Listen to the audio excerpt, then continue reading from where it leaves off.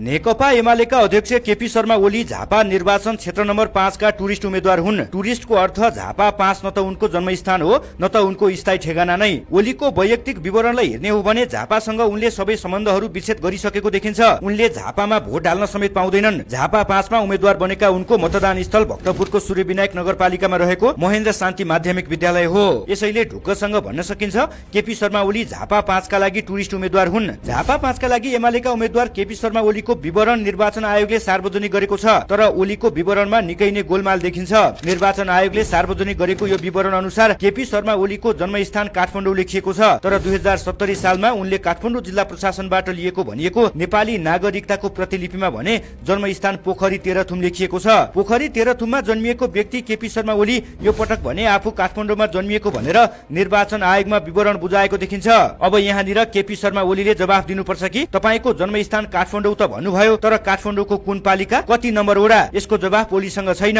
किनभने उनी काठमाडौँमा जन्मिएका नै होइनन्। ओलीले आफ्नो स्थायी ठेगाना भक्तपुरको सूर्यविनायक नगरपालिका बालकोट भनेर निर्वाचन आयोगमा विवरण बुझाएका छन्, तर उनले काठमाडौँ जिल्ला प्रशासनबाट लिएको नेपाली नागरिकताको प्रमाणपत्रको प्रतिलिपिमा भने उनको स्थायी ठेगाना झापाको शरणपुरी उल्लेख गरिएको छ। यसअघिको संसद सचिवालयको रेकर्डमा हेर्ने हो भने उनको शैक्षिक योग्यतामा साधारण लेखपढ मानार्थ पीएचडी लेखिएको थियो, तर उनले लिएको मानार्थ पीएचडी झाँक्री प्रकाश भुजेलको जस्तै नक्कली भएको विषय सार्वजनिक भएसँगै उनको शैक्षिक योग्यताको प्रमाणपत्र यो पटक सार्वजनिक हुन सकेन। निर्वाचन आयोगले सार्वजनिक गरेको विवरण र उनको नागरिकताको विवरणमा नाम लेख्ने तरिका पनि फरक भेटिएको छ।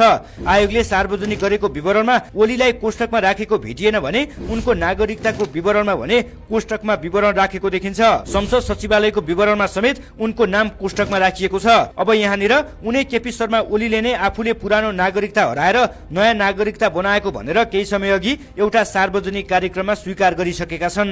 म भूमिगत जाने बेलामा, भागेर हिँड्ने बेलामा, भएका प्रमाण नष्ट गर्ने बेलामा नागरिकता चेपेर हिँड्छु त गल्तीमा।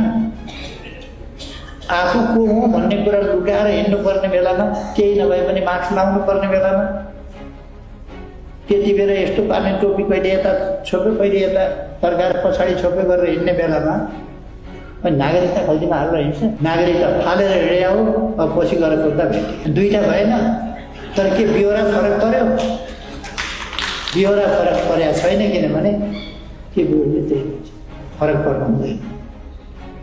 मैले बाबुको नाम फरक पार्न सक्छु, मेरो बाबुको नाम एउटा ठाउँमा अर्को लेख्न सक्छु, मेरी आमाको नाम एउटा भएका ठाउँमा अर्को भन्न सक्छु। केपी शर्मा ओलीको विवरण यही कारण गोलमाल देखिन्छ। स्थायी ठेगाना परिवर्तन भए तापनि कुनै पनि व्यक्तिको जन्मस्थान फरक हुन सक्दैन। कि त 2008 सालमा तेह्रथुममा जन्मिएको केपी शर्मा ओली काठमाडौँमा जन्मिएको केपी शर्मा ओली भन्दा फरक व्यक्ति हुन् भन्न सक्नु पर्यो, होइन भने कमसे कम आफ्नो वैयक्तिक विवरण गोलमाल देखिनु हुँदैन। यही कारण ओलीलाई ढुक्कले प्रश्न गरौं, तपाईँ जन्मनु भएको तेह्रथुममा हो कि काठमाडौँ? तपाईँ भक्तपुरको स्थायी बासिन्दा तर काठमाडौँ जिल्ला प्रशासनबाट किन नागरिकता लिनु भएको? तपाईले यसअघि नक्कली मानार्थ सर्टिफिकेटको भरमा मानार्थ पीएचडी भनेर शैक्षिक योग्यता किन बुझाउनु भएको? मानार्थ पीएचडीलाई शैक्षिक योग्यता मान्न मिल्छ कि मिल्दैन? अन्त्यमा झापा 5 का एमाले उम्मेद्वार केपी शर्मा ओलीलाई जितको अग्रिम शुभकामना।